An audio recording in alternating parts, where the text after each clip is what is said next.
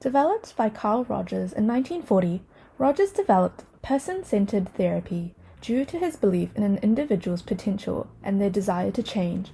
The role of the therapist then becomes a mix of the following: a friend who listens and supports, and a mirror or sounding board who repeats statements of the client to aid in discovery, realization, and even acceptance.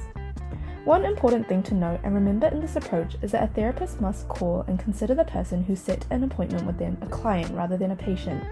This is to reinforce the idea that the client is capable and that their input and experiences are just as important, valid, and valuable as the therapist's. For mental health professionals, here is a list of possible situations, issues, or diagnoses where you can try person-centered therapy: crisis intervention, stress management, relationship concerns, abundance of negative thoughts, substance abuse, mental disorders including, but not limited to, personality, panic, anxiety, eating, psychotic, and mood. To add, you can also use person-centered therapy in both individual and group settings, for long and short term, and with adolescents and adults. Here are person-centered therapy techniques which you can incorporate into your practice. Let the client lead. If you haven't conducted person-centered therapy sessions yet, it can be quite jarring to proceed with one without an agenda and to hold back on offering guidance or advice. By having your client take charge of the conversation, you're kicking off their journey towards self-actualization. Look beyond the client's problems. When doing person-centered therapy sessions, it's essential that the therapist sees the client as a person rather than as a problem to be solved, since it is no longer their role anymore to guide or provide solutions. They'll be more effective practitioners in this situation if they step into the role of being the client's sounding board or mirror. Pay attention to your body language. To make them feel seen and heard, ensure that your body language shows that you're paying attention.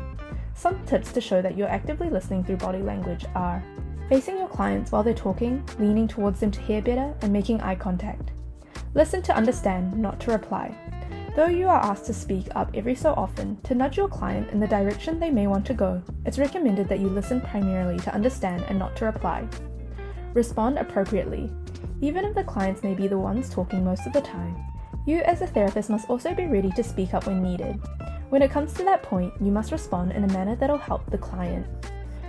Don't overstep boundaries. One of your roles as a therapist may be similar to a supportive and attentive friend. However, you must remain professional. Therefore, you must always keep yourself in check with certain habits you may have.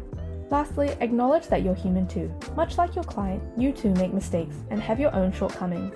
By acknowledging and admitting these parts of yourself, you're not only being more genuine towards your client, but you'll also open yourself up to putting yourself in the client's shoes to understand them and their situation better.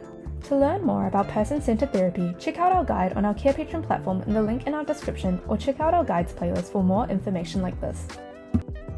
Thank you for watching our video at Carepatron. If you enjoyed this video, give us a like. If you would like to see more videos like these, subscribe to our Carepatron channel or click on one of our recommended videos.